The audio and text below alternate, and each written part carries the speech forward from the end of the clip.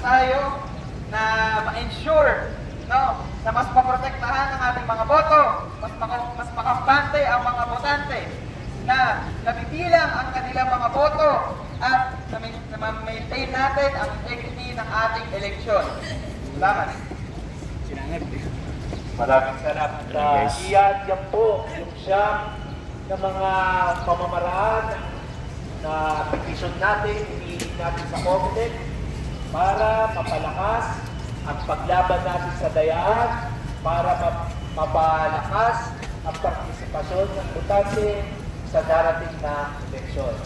Kaya mga kasama, pag sinabi ko,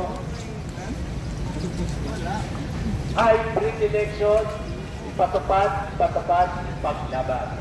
Hybrid election, ipatupad, ipaglaban. Gayon din, ang gusto natin ay manual counting kasi yan ECM o automated counting machine.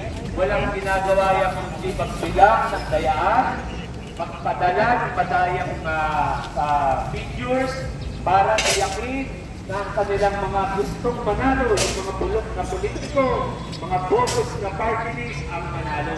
Kaya pag sinabi natin manual counting, ang target natin, patupad, ipaglaban. Manual counting! Manual counting!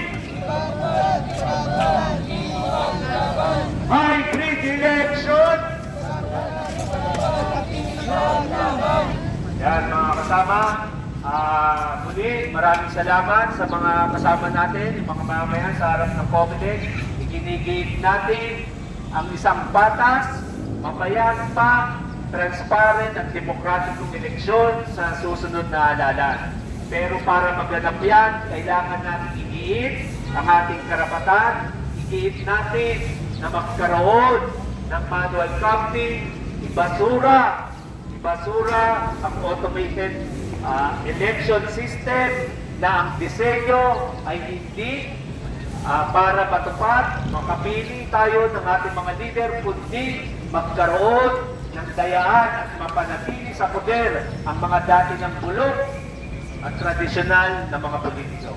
Muli, maraming salamat at magandang araw sa lahat.